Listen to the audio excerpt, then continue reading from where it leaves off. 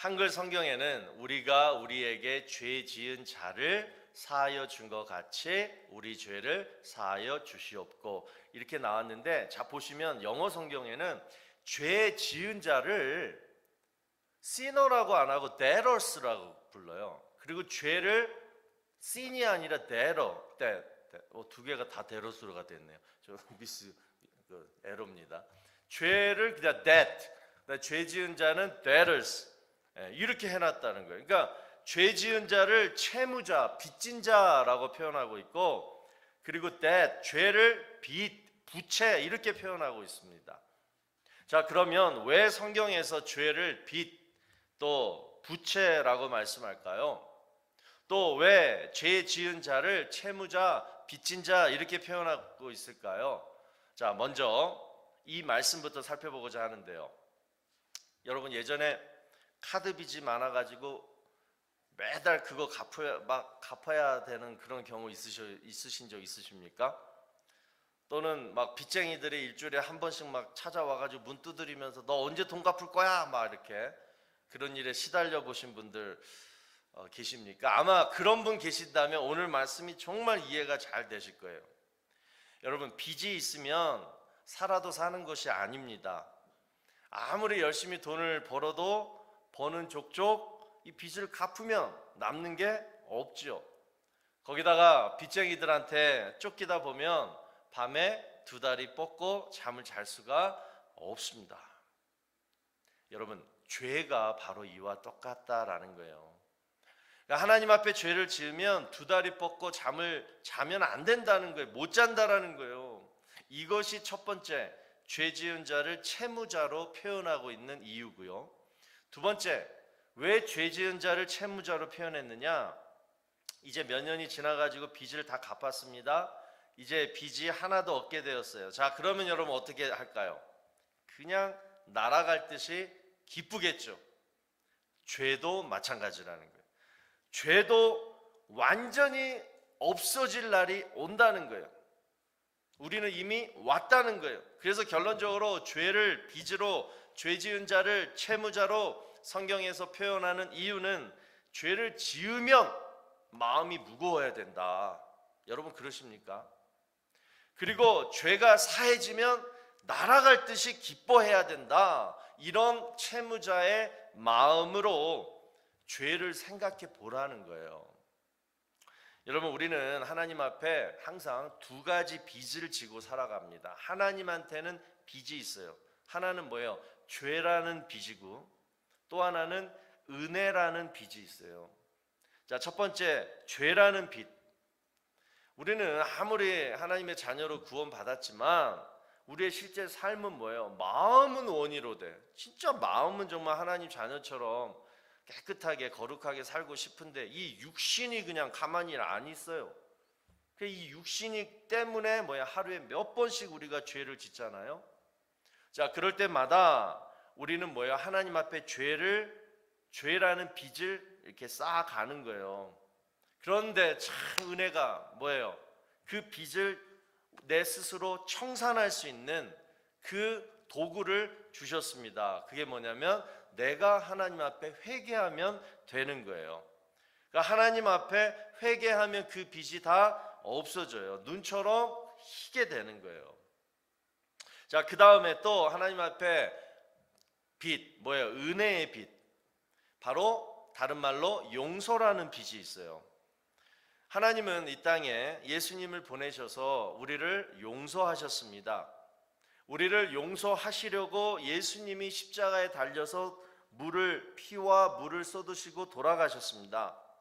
바로 그 용서라는 은혜의 빚을 우리는 모두가 다 지고 살아갑니다. 자, 그러면 이 용서라는 하나님의 은혜의 빚을 우리는 무엇으로 갚을 수 있을까요? 자, 이것이 오늘 본문의 내용이에요.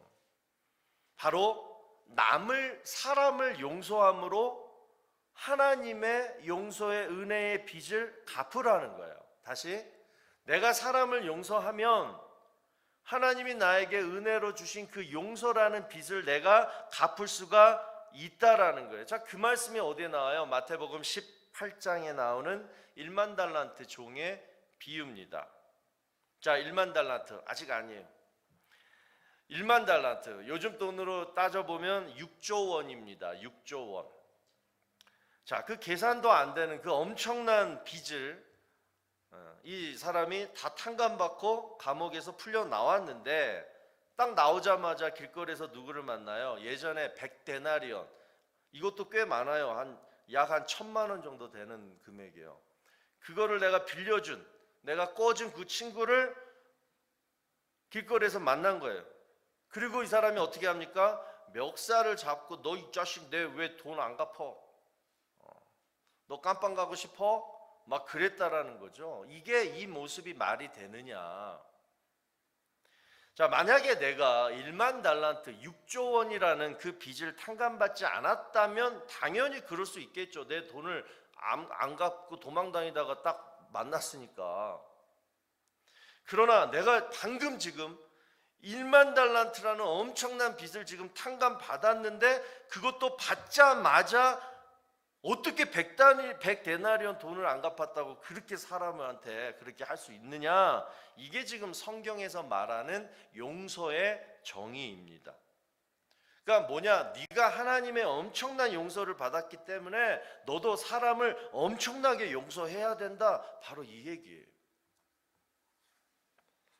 여러분, 그런데 우리가 이 말씀을 다 알고 있으면서도 그런데 용서를 하고 싶어도 그런데 문제가 뭐예요? 용서가 안 돼요. 그러니까 내가 잘못했으면 그 사람이 나를 용서해 주기를 바라는데 남이 나한테 잘못했으면 내가 그 사람을 용서하기가 너무 어려워요. 또 용서를 한다고 해도 완전한 용서를 다 할 수가 없습니다. 부분적인 용서만 가능해요. 부모는 자식을 용서할 수 있어요. 그러나 형제끼리는 용서 못하고 살아요. 그 내용을 보여주는 게 탕자의 비유잖아요. 또 누가 나한테 잘못을 사과하면 그 사람은 어떻게 용서해 줄 수 있어요. 그런데 사과를 나한테 안 했는데 하나님이 나를 용서해 줬다고 내가 그 사람까지 용서해 줄 그런 믿음의 사람은 그다지 많지 않은 것 같아요. 자, 그런데 하나님은 우리에게 명령하십니다. 자, 마태복음 18장 21절에서 베드로가 예수님께 이런 질문하죠. 그때 베드로가 나와 이르되 주여, 형제가 내게 죄를 범하면 몇 번이나 용서하여 주리이까? 7번까지 하오리이까? 자, 그러자 예수님께서 이렇게 대답합니다. 22절, 예수께서 이르시되 내게 이르노니 7번뿐만 아니라 7번을 70번까지라도 할지니라. 490번만 해라가 아니라 뭐예요? 무조건 용서하라. 사람 가려서도 안 되고 부분적인 용서 안 되고 사과를 했든 안 했든 조건도 따지지 말라는 거예요. 그냥 무조건 용서하라 이 얘기입니다. 자, 그래서 사실 이 용서라는 이 주제의 설교는 참 우리 마음을 무겁게 만듭니다. 한쪽 마음으로는 용서해야 되는데 그런데 내 마음이 움직이지를 않아요. 이쪽 폐는 용서해야 되는데 그런데 심장에서는 안 돼요. 죽어도 그 사람 용서 못해. 그 사람이 나한테 어떻게 했는데. 그러니까 이런 마음이 들면서 뭐야? 마음 문을 딱 닫게 됩니다. 여러분 지금 벌써 마음 문을 닫은 사람도 있을 거예요. 자, 그런데 한번 여러분의 마음 문을 한번 활짝 열어보시고 오늘 말씀을 한번 잘 들어보세요. 내가 왜 용서를 해야 되는가? 자, 첫 번째, 우리가 용서를 해야 되는 이유는 용서는 하나님이 하시는 거지 내가 하는 게 아니에요. 하나님이 하시는 일이기 때문에 우리는 그냥 어쩔 수 없이 순종해서 용서할 수가 있는 거예요. 자, 무슨 얘기냐? 여러분 창세기 50장에 보시면 요셉이 형들을 용서하는 장면이 나옵니다. 과거에 형들이 요셉한테 무슨 일을 했어요? 세상에 사랑하는 그 동생을 애굽 상인한테 종으로 팔아버려요. 그 덕분에 요셉은 어린 나이에 죽을 고생을 다 합니다. 또 억울한 일을 당해가지고 감옥에도 갇히게 됩니다. 그런데 그런 일을 겪은 요셉이 형들이 앞에 있는데 뭐예요? 어떤 증오도 어떤 원망도 하지 않고 형들을 어떻게 돼요? 그냥 용서해줘요. 자, 그 이유가 뭘까요? 바로 이거예요. 요셉은 국무총리가 되었어요. 그리고 형들은 뭐예요? 먹을 쌀을 구하러 팔레스타인 땅에서 애굽까지 지금 와가지고 국무총리 동생 앞에 무릎을 꿇고 있어요. 지금 상황이. 여러분 생각해봐요. 요셉이 지금 여전히 애굽의 노예 신분이었다면 과연 그가 형들을 용서할 수 있을까요? 또 형들이 요셉보다 더 잘 나갔다면 과연 요셉에게 용서를 구했을까요? 하나님이 바로 이런 상황을 만들어 주신 거예요. 뭐 하라고? 용서하라고. 그리고 용서받으라고. 그래서 요셉을 먼저 애굽의 총리로 세워주셨고, 그 다음 형들은 흉년 때문에 요셉에게 머리를 숙이도록 만드셨다는 거예요. 어떤 책에 보니까 남편이 젊어서 처자식을 버리고 집을 나갔어요. 아이들도 어린데 다른 여자랑 살림을 차린 것입니다.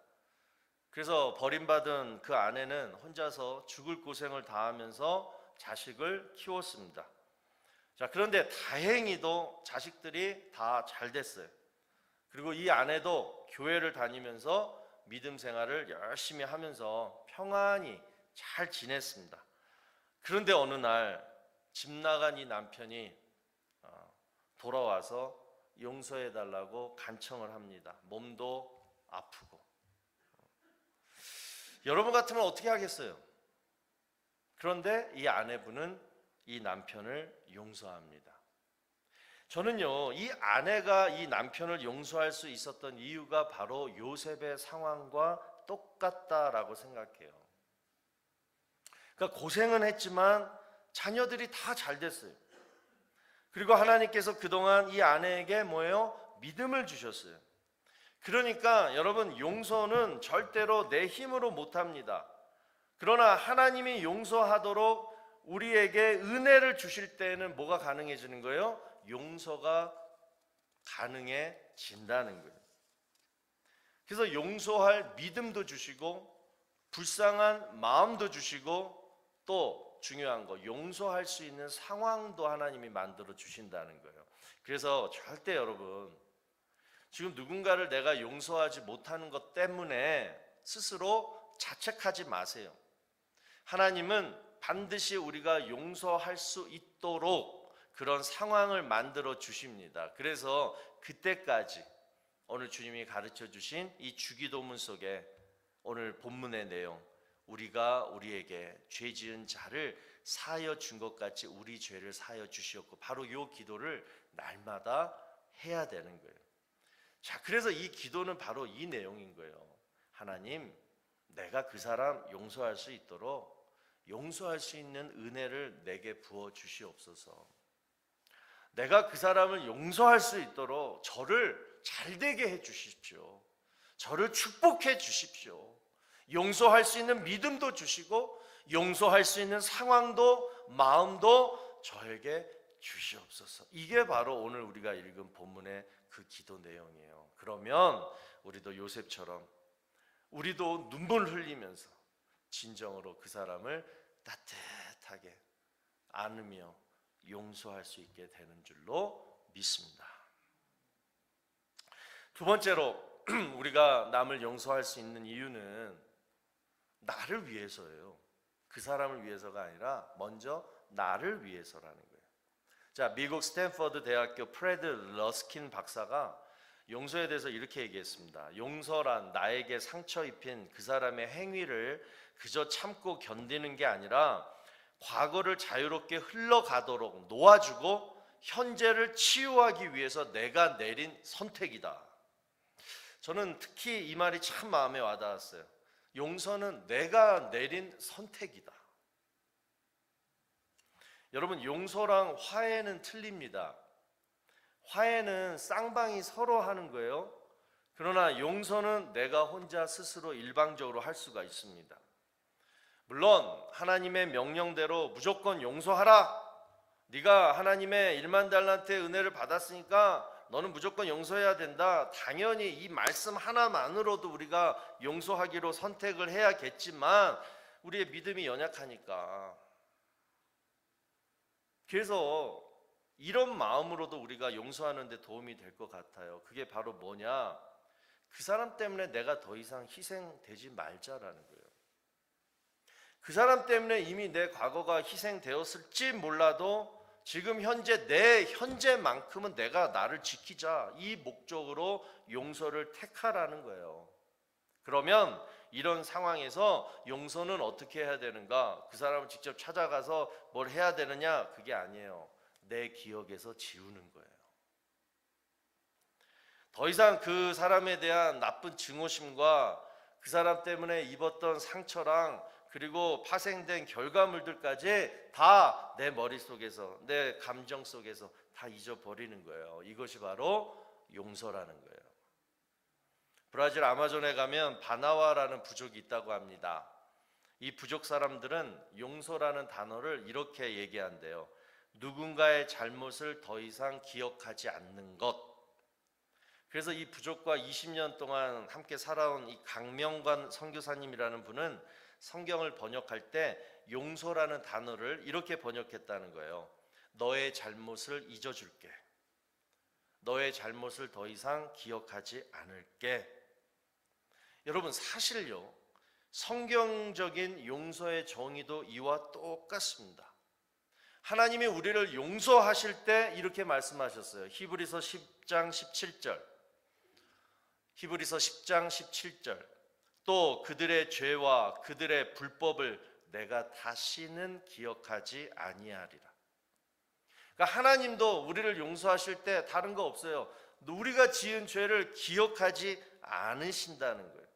하나님의 기억 속에서 다 우리의 죄를 지우셨다라는 거. 그렇기 때문에 우리가 깨끗하게 되었다라는 거예요.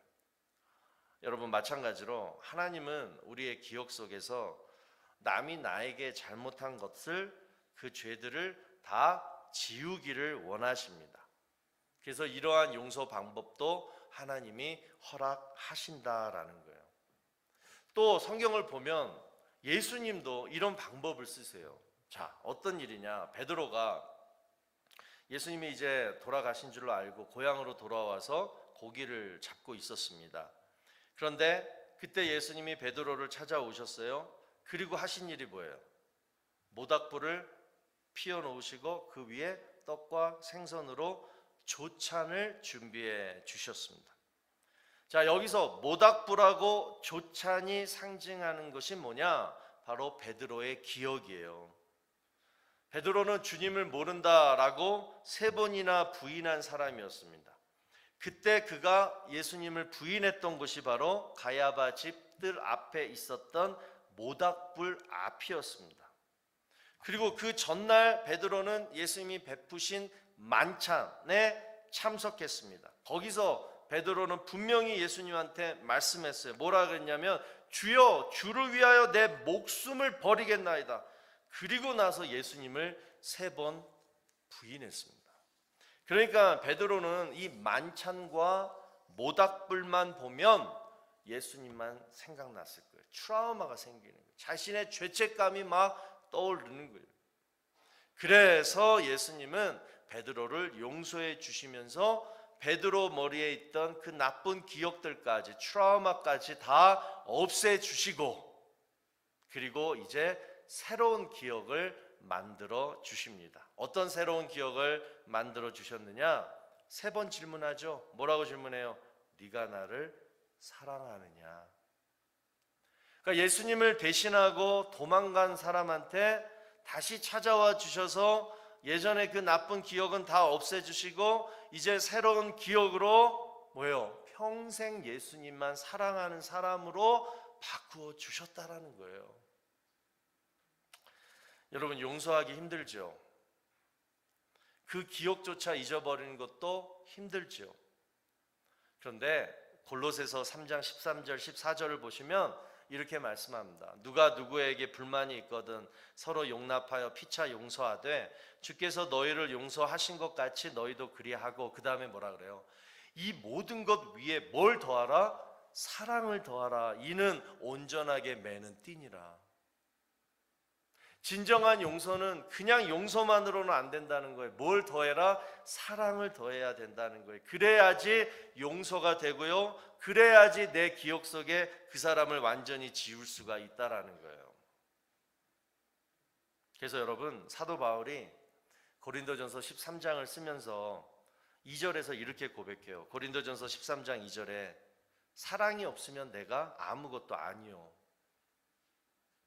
사도 바울이 여러분 어떤 사람이에요? 다메섹 도상에서 예수님을 만난 사람이에요. 목숨을 걸고 정말 그 3차, 4차 전도 여행을 통해서 막 많은 교회들을 세운 사람이에요. 또 많은 이방인들에게 복음을 전한 그런 사도 바울이었지만 뭐가 없으면, 사랑이 없으면 하나님 앞에서, 인간 앞에서 아무것도 아니라는 거예요. 여러분, 그런 사랑이 여러분에게 있으십니까? 그런 사랑이 없는데 우리가 어떻게 용서를 할 수 있겠냐고요. 여기서 우리가 그리스도인의 자존감이라는 말이 생각이 나요. 다른 사람은 설령 못하더라도 그래도 나는 용서하고 사랑해야 되지 않나? 왜? 하나님을 믿는 자녀니까. 이런 마음은 한번 들어야 된다는 거예요. 내가 하나님의 자녀라고 하면서, 내가 목사라고 하면서, 하나님의 종이라고 하면서 남을 한 번쯤 용서 한번 해보려고 하지 않고 사랑하지 않으려고 한번 그런 걸 안 해봤다라면, 내가 그 정도밖에 안 되는 사람이라면 나는 진짜 쓰레기다. 진짜 나는 아무것도 아닌 사람이다. 이런 생각을 우리가 한번 좀 해봐야 되지 않겠느냐는 거예요. 그 생각도 안 든다면 정말 우리는 위선적이고 가식적이고 그냥 말로만 신앙생활하는 그런 사람이지 않겠느냐. 내 자존감에 한번 상처가 한번 나는 그러한 마음이 들어야 되지 않느냐라는 생각을 하게 됩니다. 제가 아는 목사님이 돌아가시면서 그동안 목회를 한 40년 가까이 했으니까 그동안 관계가 불편했던 성도들이 몇 명 있지 않았겠습니까? 그런 분들한테 일일이 다 편지를 썼다고 해요. 그동안 저 때문에 상처를 받으셨다면 저를 용서해 주십시오. 제가 몇 주 전에 그 중에 한 명이었던, 그런 편지를 받은 성도 중에 한 명이었던 어떤 집사님을 제가 만났는데요. 그분이 그러는 거예요. 자기한테도 그 목사님이 용서해 달라는 편지가 왔대요. 그래서 돌아가시기 일주일 전에 전화를 했대요. 그때 그 목사님이 하시는 말씀이 이거래요. 집사님이 마지막입니다. 이제 제가 다 용서를 받았네요. 그 말씀을 하시고 일주일 후에 돌아가셨다고 합니다. 여러분, 목사이고 집사이고 다 떠나서 우리가 죽기 전에 한 번쯤은 꼭 생각해 볼 일이 바로 용서하고 용서받는 일일 것입니다. 왜냐? 하나님 앞에 우리가 가기 때문에 그래요. 가면 분명히 하나님이 나에게 물어보실 거예요. 너 다 용서하고 왔니? 왜 이 질문을 반드시 하실 거냐면, 우리 모두는 다 하나님한테 은혜의 빚을 갖고 있기 때문에 그렇습니다. 1만 달란트의 엄청난 죄가 하나님의 한 번의 용서로 다 사해졌어요. 그 용서는 누구만 용서해 준 것도 아니에요. 또 내 믿음으로, 내 회개 기도로 그래서 내 죄가 지워진 것도 아니에요. 그냥 하나님이 내 마음에 은혜를 부어주셔서 예수님 믿게 하시고 그 예수님을 그냥 인정하고 믿은 것 뿐인데 그냥 하나님이 내 죄를 과거, 현재, 미래 모든 죄를 다 사해 주셨다라는 거예요. 그래서 내 같은 죄인이 천국 갈 수 있게 되었다라는 거예요. 그랬으니 내가 천국에 가면 반드시 하나님이 나에게 질문하시지 않겠냐고요. 너 다 용서하고 왔니? 그래서 아마 저도 그럴 것 같고 여러분도 그럴 것 같아요. 죽기 바로 직전에 이 용서라는 두 글자가 생각이 날 것 같아요. 그때 가서 누군가를 용서해야지. 그런데 어쩌면 용서할 기회를 놓칠 수도 있을지 모르겠어요. 그 사람이 먼저 죽었거나 아니면 그 사람을 만날 수 없거나. 그래서 아마 우리는 후회할 것입니다. 내가 살아서 했으면 좋았을 텐데, 그놈의 자존심 때문에, 또 그놈의 증오심, 미움 때문에 내가 왜 용서를 하지 못했을까? 여러분, 용서는 다시 말씀드립니다, 내 마음으로 하는 게 용서가 아닙니다. 하나님이 내 마음을 움직여 주셔서 또 상황을 만들어 주셔서 할 수 있는 거예요. 또 용서는 내가 선택할 수 있는 것이 아닙니다. 오늘 내가 용서하자 결단한다고 내일 내가 가가지고 용서할 수 있는 거 아니에요. 뭐예요? 오늘부터 내 기억에서 지우는 거. 그것도 그조차도 우리는 힘들다라는 거예요. 그래서 하나님이 주시는 사랑이 없으면, 사랑할 수 있는 마음이 없으면 내 기억도 지워지지 않는다는 거예요. 그래서 오늘 본문의 내용, 주님이 가르쳐 주신 이 기도를 우리가 날마다 하는 거예요. 그러면서 하나님의 은혜와 사랑을 간구하는 거예요. 그 내용이 바로 오늘 본문의 내용입니다. 우리가 우리에게 죄 지은 자를 사하여 준 것 같이 우리 죄를 사하여 주시옵고. 여러분, 이 시간 한번 다 같이 기도할까요? 여러분, 제가 질문 하나 할 테니까 한번 가만히 생각해 보세요. 여러분은 여러분을 사랑해 주는 사람이 더 많습니까? 아니면 미워하는 사람이 더 많습니까? 어제 장례 예배를 갔다가 제가 보고 느낀 것이 바로 그거였어요. 장례 예배는 고인을 사랑했던 사람들이 모인 자리입니다. 미워했던 사람은 오지 않는 자리예요. 그래서 천국 환송 예배는 내가 이 땅에서 어떻게 살았는지를 그냥 여실히 보여주는 자리입니다.